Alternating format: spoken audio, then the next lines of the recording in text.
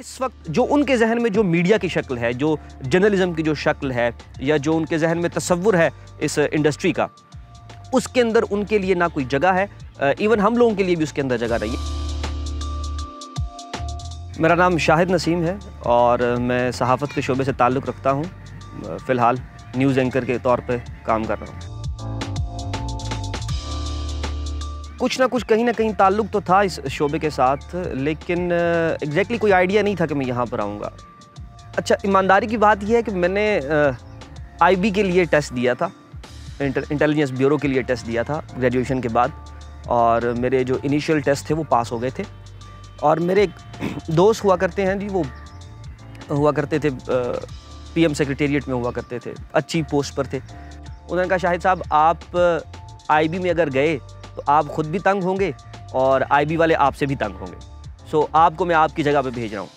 उस वक्त मैं एक प्राइवेट जॉब भी बाय द वे कर रहा था। उन्होंने एक PN को बुलाया, एक एड्रेस वगैरह था वो मुझे दिया और कहा जी इनको इस जगह पे ले जाइए और फलां शख्स से मिलवा दीजिए। वो मुझे ले गए। एक बिल्डिंग थी जिसके बाहर लिखा हुआ था PBC, मैं पहले कभी वहाँ नहीं गया था, पाकिस्तान ब्रॉडकास्ट कॉरपोरेशन, और मैंने समझा शायद ये कोई सरकारी इदारा है। मैं रेडियो पाकिस्तान के नाम से तो वाकिफ़ था, लेकिन जो उसका असल नाम है पाकिस्तान ब्रॉडकास्ट कॉरपोरेशन, मैं उसके नाम से वाकिफ़ नहीं था। तो मैं वो डायरेक्ट मुझे ऊपर वाली मंजिल में ले गया। एक ख़ावर अज़ीज़ साहब हैं, बहुत अच्छे हमारे प्रोड्यूसर, और ख़ावर अज़ीज़ साहब के साथ हुमा तारिक थी, बहुत सीनियर लोग, बहुत अच्छे लोग जिन्होंने मुझे इनिशियली ट्रेन किया। उनके साथ जाके मेरी मुलाकात हुई। उन्होंने मुझसे पूछा जी कि आप कर लेंगे? मैंने कहा जी मैं कर लूँगा। अब मुझे नहीं मालूम कि ये क्या कह रहे हैं कि क्या कर लेंगे आप, और उन्होंने एक शख्स को बुलाया और कहा जी इनका ऑडिशन ले लीजिए। तब मुझे कुछ शक हुआ कि अच्छा ये कुछ ऑडिशन लेने वाली कोई जगह है, और वो मुझे नीचे ले गए स्टूडियोज़ में, और वहाँ पे उन्होंने मैंने जब माइक्स वगैरह देखे तो पहली बार मैंने माइक्स देखे वहाँ पे, और उन्होंने मेरा ऑडिशन लिया, और द वेरी नेक्स्ट डे मैं वहाँ पे प्रोग्राम कर रहा था। तो ये आने वाला वाक़या मेरे लिए बहुत दिलचस्प था कि मैं एक अच्छी जॉब कर रहा था, जो उस दौर में एक अच्छी सैलरी मुझे दे रही थी, और मतलब एक दिन के फ़र्क से मैंने वो जॉब छोड़ दी, और फिर मैं वो जॉब करना शुरू हो गया जिसमें आपको 550 रुपये एक शो के मिला करते थे, जिसमें से टैक्स काटने के बाद 490 रुपये कुछ बनते थे, और महीने के आपके गालिबन 6 या 7 हज़ार बनता था, वो भी आपको 6 महीने बाद मिलता था। और बस मतलब पता नहीं चला कैसे इसका आगाज़ हुआ, और रेडियो पाकिस्तान से फिर होते होते 2-3 चैनल से घूमते हुए फिर अब जहाँ पर हूँ वहाँ पर आ गया। सहाफ़ी ज़्यादातर फारिग ही रहता होता है, काम की नौयत कुछ इस तरह से होती है, लेकिन अगर ऑफ़िस जो वर्किंग आवर्स हैं उनके अलावा अगर मैं अपने ऑफ़िस में नहीं हूँ, मुझे फ़िल्में देखना बहुत पसंद है। बहुत बड़ा फ़ैन हूँ मैं फ़िल्म का, हॉलीवुड का ज़्यादातर। पाकिस्तानी सिनेमा, पुराने सिनेमा का मुझे सिनेमा पसंद था, मैंने बहुत ज़्यादा मूवीज़ देखी हैं, लेकिन जो इस वक्त का जो सिनेमा चल रहा है, जो एक चीप इमिटेशन है बॉलीवुड की, वो मुझे बिल्कुल नहीं पसंद, और ना ही मुझे ड्रामा इंडस्ट्री पसंद है। जब से ड्रामा इंडस्ट्री के अंदर सॉरी टू से लोग नाम नहीं लेते, मैं ले लेता हूँ, अपनी अपनी पसंद और नापसंद होती है। उमैर अहमद या निम्रा अहमद के नॉवेल्स वगैरह, या उन पर ड्रामे बनना शुरू हुए हैं, मुझे वो नहीं पसंद। सो मेरा ज़्यादातर जो फारिग वक्त होता है वो अगर किसी दोस्त के साथ नहीं हूँ तो फिर या मैं ग्राफिक नॉवल पढ़ रहा हूँगा, या मैं कोई फ़िल्म या कोई ड्रामा वगैरह देख रहा हूँ। गालिब का है अंदाज़े बयां, और मतलब बहुत से शायर हैं, इससे पहले गालिब से पहले भी थे, गालिब के बाद भी रहे होंगे। दीगर ज़ुबानों में भी बहुत से शोरा हज़रात जिन्होंने बहुत अच्छा कहा, बहुत अच्छे शेर कहे। अंग्रेज़ी में बहुत अच्छा लिटरेचर लिखा गया, रशियन लिटरेचर से मैं बहुत ज़्यादा इंस्पायर भी हूँ, लेकिन उर्दू में पर्टिकुलरली शायरी के अंदर मुझे गालिब ने बहुत ज़्यादा मुतासिर किया। मैं इसकी शायद उसका ख़्याल इतना कॉम्प्लेक्स था, जैसे है गैब गैब समझते हैं जिसको हम शहूद हैं, ख्वाब में हनोज जो जागे हैं ख्वाब में। कमी एग्जैक्टली नहीं है, ये ऐसे ही है जी जैसे हम ये रिक्वायरमेंट करें कि जी किसी बाग के अंदर सारे फूल एक ही जैसे हों, तो ये मतलब ऐसा हो भी नहीं सकता, और ऐसा अगर होगा तो कुछ ख़ास पसंद भी नहीं आएगा। सब लोग एक जैसे नहीं होते, शख्सियात मुख्तलिफ होती हैं, और तभी फिर एक शख्स की अहमियत भी ज़्यादा हुआ करती है। अगर सारे ही गालिब की तर्ज के शायर होते या गालिब के जैसे होते तो फिर खुद गालिब की अहमियत जो है वो कुछ भी ना रहती। सो सब अपना अपना पार्ट प्ले कर रहे हैं, और बहुत से अच्छे शायर हैं। नासिर काज़मी बहुत अच्छे शायर हैं, सागर मुझे बहुत पसंद है, जॉन एलिया ऑब्वियसली बहुत अच्छे शायर। फिर उसके बाद फैज़, बहुत बड़ा नाम फैज़। मेरे ख्याल से उर्दू के अंदर पहला नाम अगर गालिब का आएगा तो गालिब के बाद दूसरा नाम जो है वो फैज़ का आएगा। तो फैज़ बहुत बड़े शायर, मोहसिन नकवी, इस तरह साहिर लुधियानवी बहुत बड़े शायर, और परवीन शाकिर मेरी पर्सनल फेवरेट, बहुत उम्दा शायरा। तो इस तरह बहुत ज़्यादा शायर ऐसे हैं जिन्होंने बहुत उम्दा, बहुत अच्छा और जिसे आप कहें कि मतलब बियॉन्ड एवरेज, वे अबव एवरेज, और उन्होंने ना एक्सेप्शनल किस्म का उन्होंने अदब लिखा। नून मीम राशिद, बहुत बहुत बड़ा नाम।